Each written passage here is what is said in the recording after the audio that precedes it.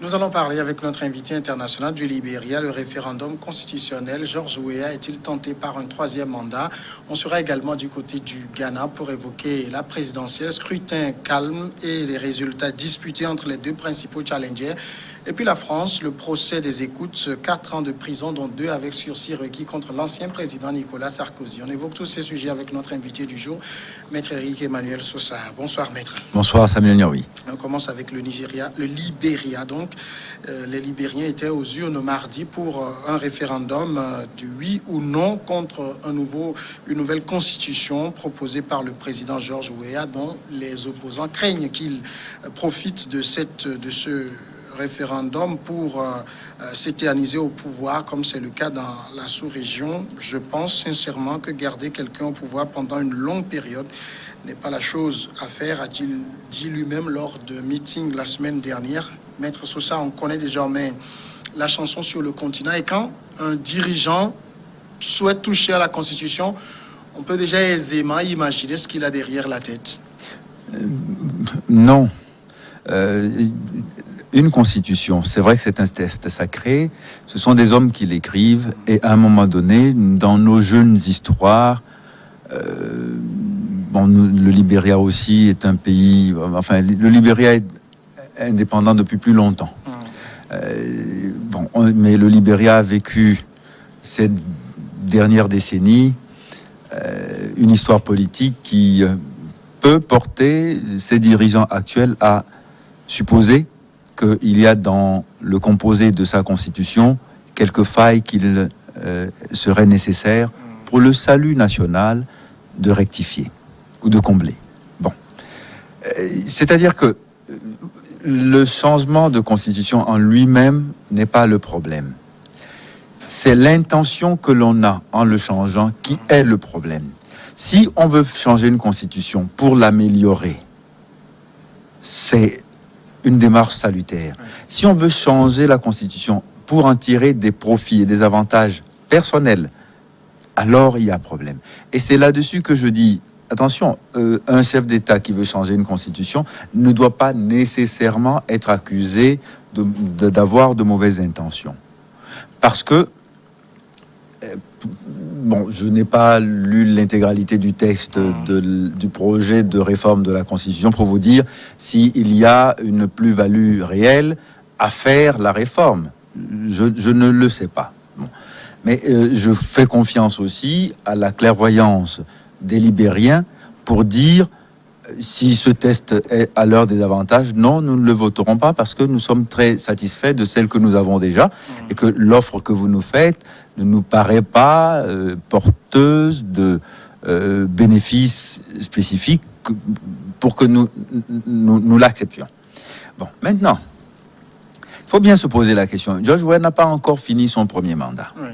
Pourquoi lui prêterait-on l'intention de vouloir en faire un troisième quand le premier même n'est pas encore achevé?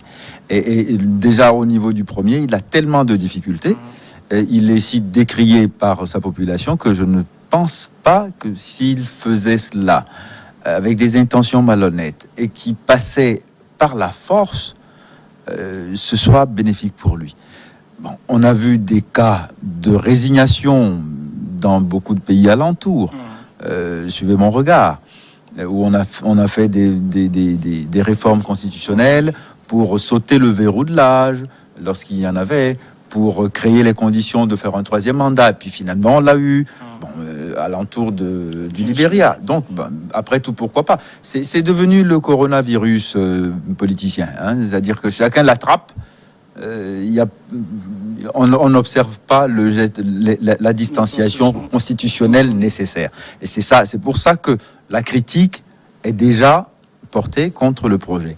Mais encore une fois, j'émets des réserves parce que pour dire que la réforme est bonne ou mauvaise, il faut au moins savoir ce qu'elle propose. Comme je ne le sais pas, je préfère ne pas prêter des intentions aussi funestes Georges Weah. Dans le Georges fond Weah. de la réforme, c'est surtout des réductions de durée de mandat qu'il propose. Par exemple, le mandat des sénateurs va passer de 9 ans à 7 ans. Oui. Le mandat des élus, Présidentiel. que ce soit le mandat présidentiel ou des députés, passera de 6 à 5 ans. Et puis, il y a la question de la double nationalité. Pour lui, les Libériens qui sont nés de parents libériens, mais hors du pays, doivent pouvoir prétendre, en plus de la nationalité de leur pays de naissance, à la nationalité libérienne. C'est surtout le fond des réformes qu'il propose. Mais on le sait, les oppositions sur le continent, en Afrique de l'Ouest, sont également très vigilantes. Oui, attendez, qu'on soit vigilant. Vous avez cité tout à l'heure des éléments spécifiques sur lesquels va porter le projet de réforme constitutionnelle.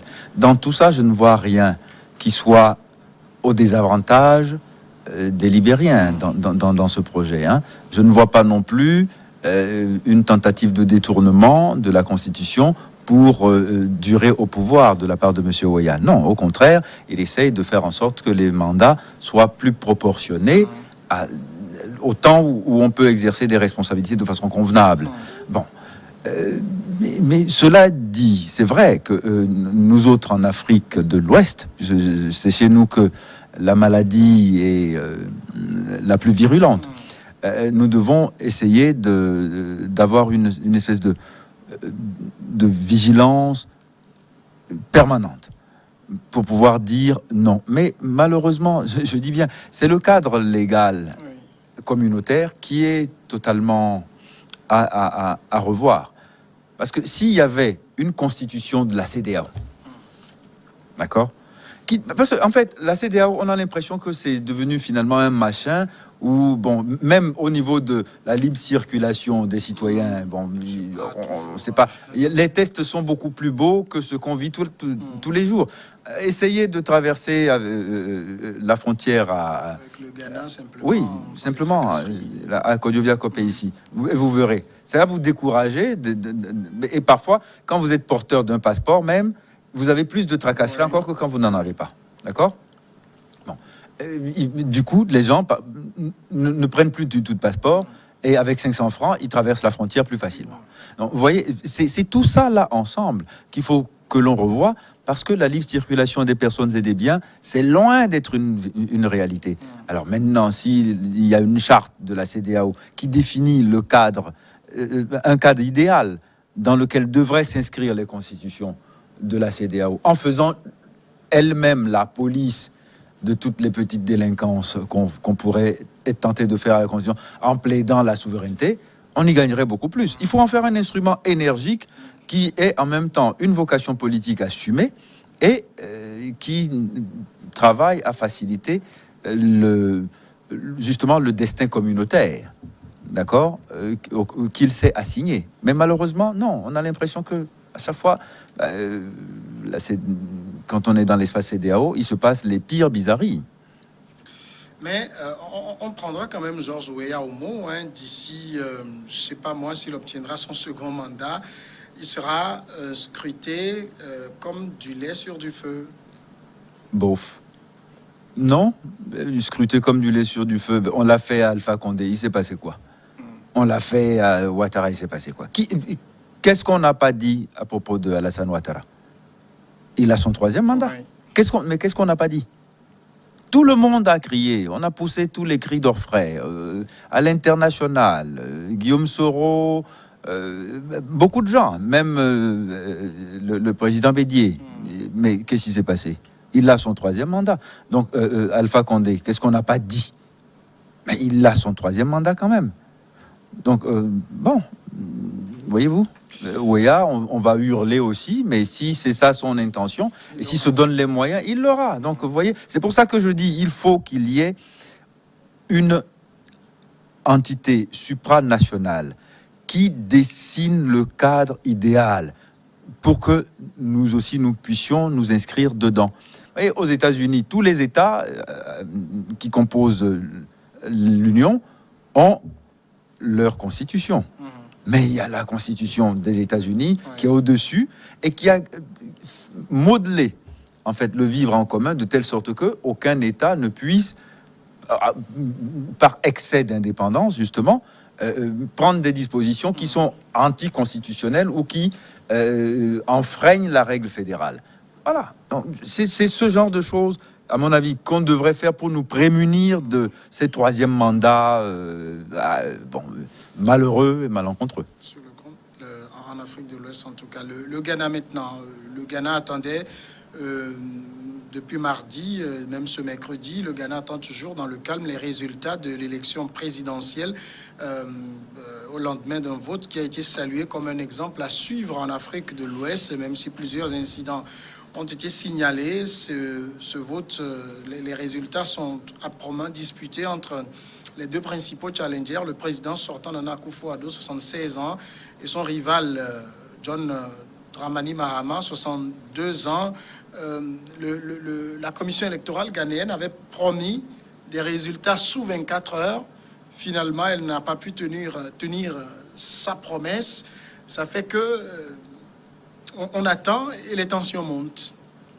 Bon, alors pourquoi attend-on ?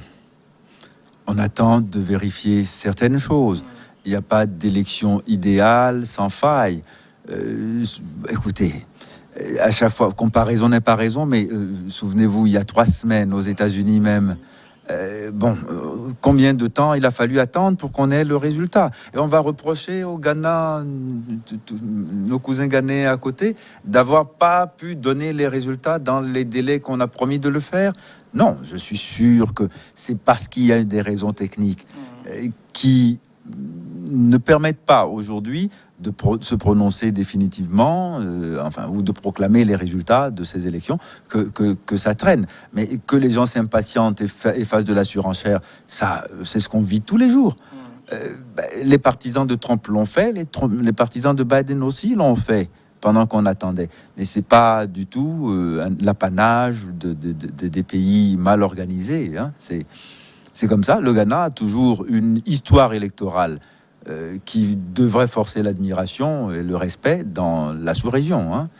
On a des leçons à prendre. Nous autres Togolais, on a des leçons à prendre, littéralement. Ouais. Mais, on l'a vu au Burkina Faso la semaine dernière, c'était pareil. Ils ont fait les choses bien. Il y a eu quelques couacs. Mais bon, ils ne sont pas de nature à compromettre la qualité et le résultat final. Donc bon, ça va. Mais depuis hier, on le voit, dans chaque camp, on se proclame vainqueur. Il y a par exemple la présidence qui, dans un communiqué qui donnait des estimations sur 91% des bureaux de vote, plaçait M. Akufo-Addo en tête avec 52% contre 46% pour Mahama. Les partisans du Mahama ont organisé une conférence de presse en le plaçant en tête avec 53% contre 46% pour Nana Akufo-Addo. Tout cela, c'est juste le jeu. Vous comprenez que dans ces conditions, il vaut mieux que la commission chargée des élections prenne son temps et vérifie bien.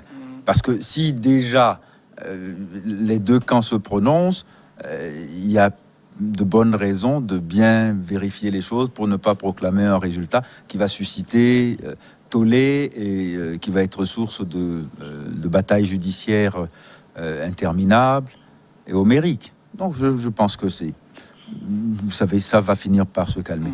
Les deux hommes politiques d'ailleurs avaient déjà fait un pacte pour dire qu'ils seront républicains et respecteront le résultat des urnes. Il faut bien que quelqu'un les proclame, le résultat des urnes. Il faut que nous apprenions en Afrique à rester citoyens jusqu'au bout et à accepter que quand on va à des élections, c'est pour pouvoir dire que quelqu'un a gagné. Bon, c'est pas parce que quelqu'un dit trop tôt qu'il a gagné. Bon, sur la base de quoi d'abord? Il n'a pas dit on a fraudé, il dit qu'il a gagné. Bon, maintenant, quand on va lui proclamer un résultat contraire à ses propres décomptes, il faudra qu'il nous dise en quoi il y a disparité entre les résultats qu'il a et les résultats qu'on a proclamés. Donc, c'est ça le jeu. Il faut l'accepter. Le contentieux électoral, c'est un contentieux comme un autre. Et il est tout à fait codifié, ordonné, et il faut accepter que quand on a de justes motifs de contester des élections, c'est un droit et qu'il faut l'exercer en respectant et le fond et la forme. La forme, vous devez saisir dans un certain délai une entité, une instance désignée et dédiée à cela. Et le fond, c'est que vous devez avoir des éléments pour étayer votre récrimination ou vos griefs. Donc, si tout ça est réuni, on n'est pas en guerre. Quand on a dit qu'on conteste une élection parce que telle chose n'est pas à sa place, on n'a rien fait là qui soit dramatique. On peut le faire de façon civilisée. Et que ça se passe au Ghana ne me paraît pas être nécessairement porteuse de funestes probabilités. Voyez ? Une chose est quand même sûre dans le cas du Ghana, c'est que ce sera âprement disputé. Ça va se jouer sur la marge. Oui. Oui, écoutez, l'un dit 53, l'autre dit 52, voyez. Et puis bon, quand même, il y a 13 candidats, hein, et on en a 2 qui, franchement, tiennent l'adresse haute. Hier à regarder sur les réseaux sociaux, certains qui publiaient les premiers indices. Et ce que je note, c'est que je me demandais, mais pourquoi finalement les autres concours, c'est des 0, qui s'alignent derrière les 2 gros morceaux? Mais oui, bon, de temps en temps, il faut bien que il y ait dans un film un premier rôle, un second rôle et des figurants. Bon, ils font de la figuration, ils l'ont voulu comme ça. Ils auraient pu s'abstenir carrément, mais bon, l'essentiel, c'est de participer, n'est-ce pas? Restons sportifs. Troisième sujet, la France. On va parler maintenant du procès des écoutes. 4 années de prison, dont 2 avec sursis, ont été requises par la justice à l'encontre de Nicolas Sarkozy, jugé pour corruption et trafic d'influence dans l'affaire dite des écoutes. Le parquet national financier donc a requis mardi 8 octobre 4 ans de prison, dont 2 avec sursis contre l'ancien président. L'accusation a demandé les mêmes peines pour l'ancien haut magistrat Gilbert Azibert ainsi que pour Thierry Herzog, avocat historique de l'ex-chef d'État, demandant pour ce dernier qu'elle soit assortie de 5 ans d'interdiction professionnelle. Le verdict est attendu demain. Maître Sosa, quel que soit le cas, Nicolas Sarkozy est le premier président de la 5e République qui a été renvoyé dans un procès et qui risque une lourde peine. Il n'est pas le premier. Jacques Chirac, président de la 5e, a été traduit en justice, a écopé d'une peine et n'a pas fait appel. Il n'en est pas mort avili, à ce que je sache. Mais dans le cas Sarkozy, mais c'est malheureusement... Mais en tout cas, dans le cas Sarkozy, c'est la première fois qu'une peine de prison est requise pour un président de la 5e République. C'est vrai, il y a cette nuance, elle est importante. Mais il faut l'apprécier à l'aune du tort qui est fait.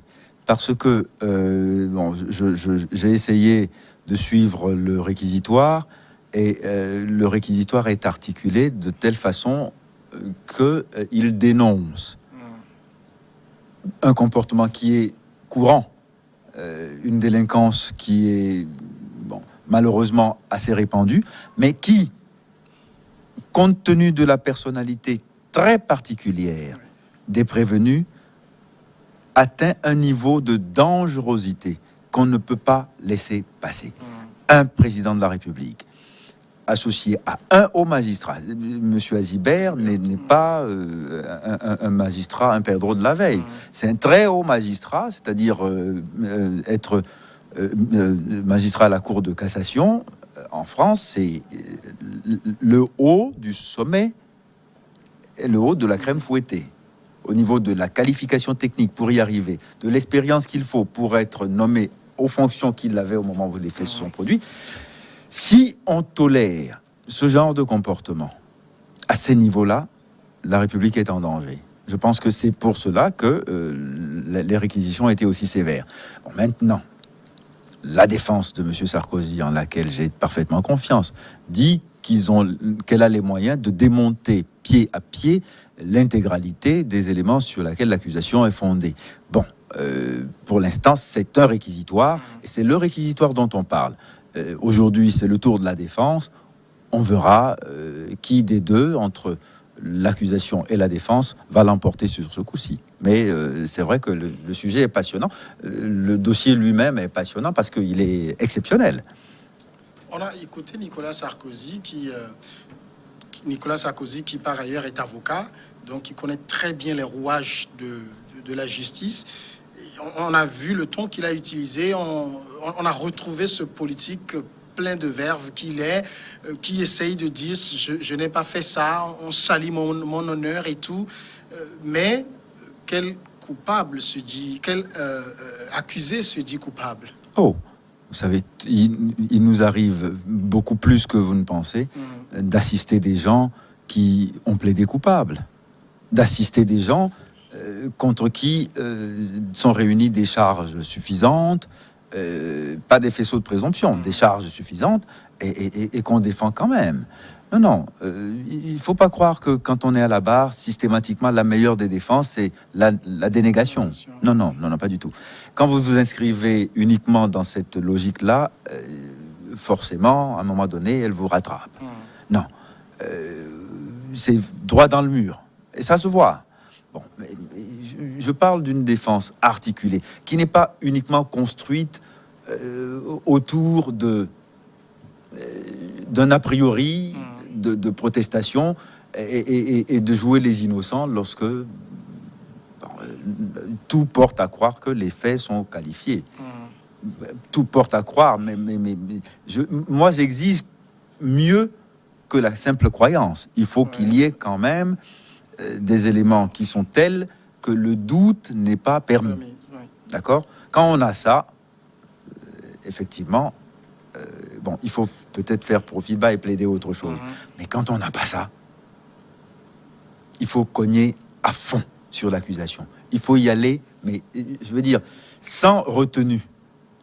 Voyez-vous ? C'est ça le problème. C'est ça le problème. Et malheureusement, bon, le dossier est un dossier politique, parce que M. Sarkozy est un homme politique, président de la République au moment des faits. Président de la République au moment des faits. Vous comprenez ? Donc forcément, ce dossier, il a une essence politique, pour commencer. Bon, maintenant, si les faits sont avérés, vous voyez à quel degré de gravité on est. Parce que c'est plus possible de venir jouer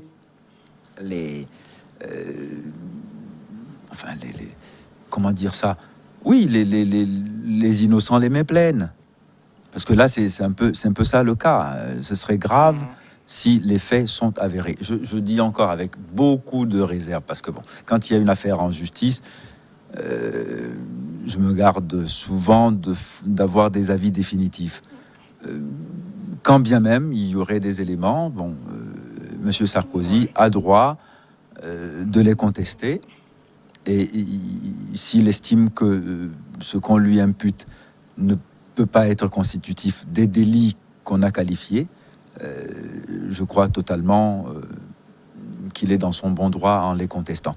Bon, mais la dernière fois, ce qu'on a vu, c'est pas une contestation pied à pied, objective et formelle des faits. C'est plutôt un discours politique. On dirait presque qu'il est sur les tréteaux d'une campagne électorale. Et c'est ça qui m'a dérangé. Il a fait un meeting. Voilà. On dirait qu'il est en train de faire une campagne électorale. C'est pour ça que je dis, finalement, il a tellement politisé le dossier que, au final, il appartient à sa défense de faire son travail technique.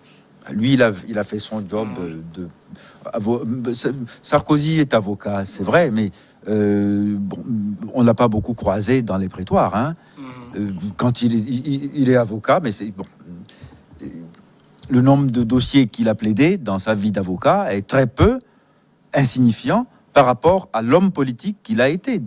Maire de la ville de Neuilly depuis 28 ans, bon, il n'a plus jamais senti la nécessité de fréquenter les prétoires.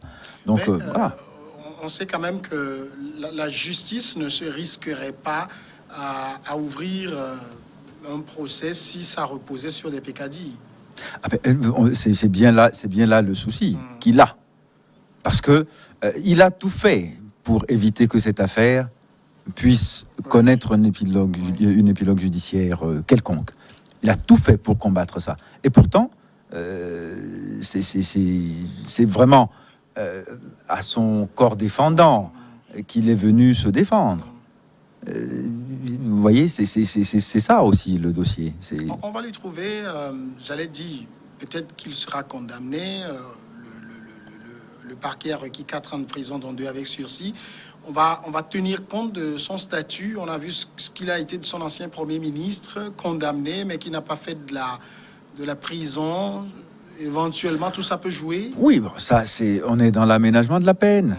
Bon, c'est possible, c'est possible. Et d'ailleurs, on va se dire une chose. Avec tous les dossiers qu'il a, ils n'ont qu'à attendre. Il finira bien par avoir un moyen de se faire condamner pour de vrai. Hein. Oui. Parce que, bon, il trimballe un conteneur de dossiers. C'est compliqué, quand même. Vous voyez, Maître Sosa, merci. c'est moi qui vous remercie. Tout de suite, la pause, le journal et puis regard croisé.